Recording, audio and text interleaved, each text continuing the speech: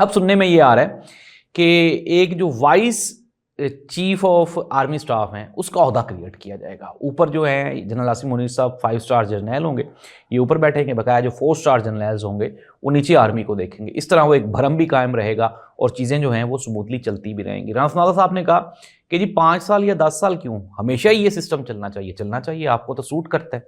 जाहिर सी बात है, मुखालफिन को गोलियाँ मार रहे हैं और जेलों में रखा हुआ है। आप माशाल्लाह ऐवान ने इक़्तिदार पे बैठे हुए हैं। दुनिया की तारीख का ये पहला वाक़या होगा जब अपोजिशन का लीडर असम्बली में है ही नहीं, लीडर ऑफ अपोजिशन की सीट खाली है असम्बली में, और यहाँ पे 27वीं आईनी तरमीम पास होने जा रही है।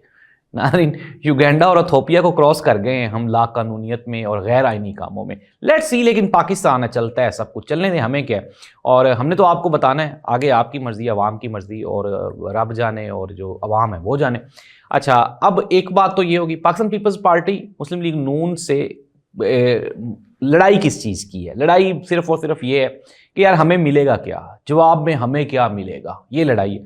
और मुस्तकबिल की जो वजारत उज़्मा है, अब मैं आपको पिंडी की तरफ से जो जवाब है वो मैं आपको बता देता हूँ। पाकिस्तान पीपल्स पार्टी को ये वाज़े बता दिया गया है कि अनटिल अनलेस, जब तक शहबाज शरीफ साहब खुद रिटायरमेंट का ऐलान नहीं कर देते, तब तक शहबाज शरीफ साहब बज़ाते खुद वज़ीर आज़म रहेंगे। ना ही तो बिलावल भुट्टो ज़रदारी साहब और ना ही मोहतरमा मरियम नवाज़ साहिबा, दोनों में से कोई बंदा भी वजारत उज़्मा का ख्वाब ना देखे।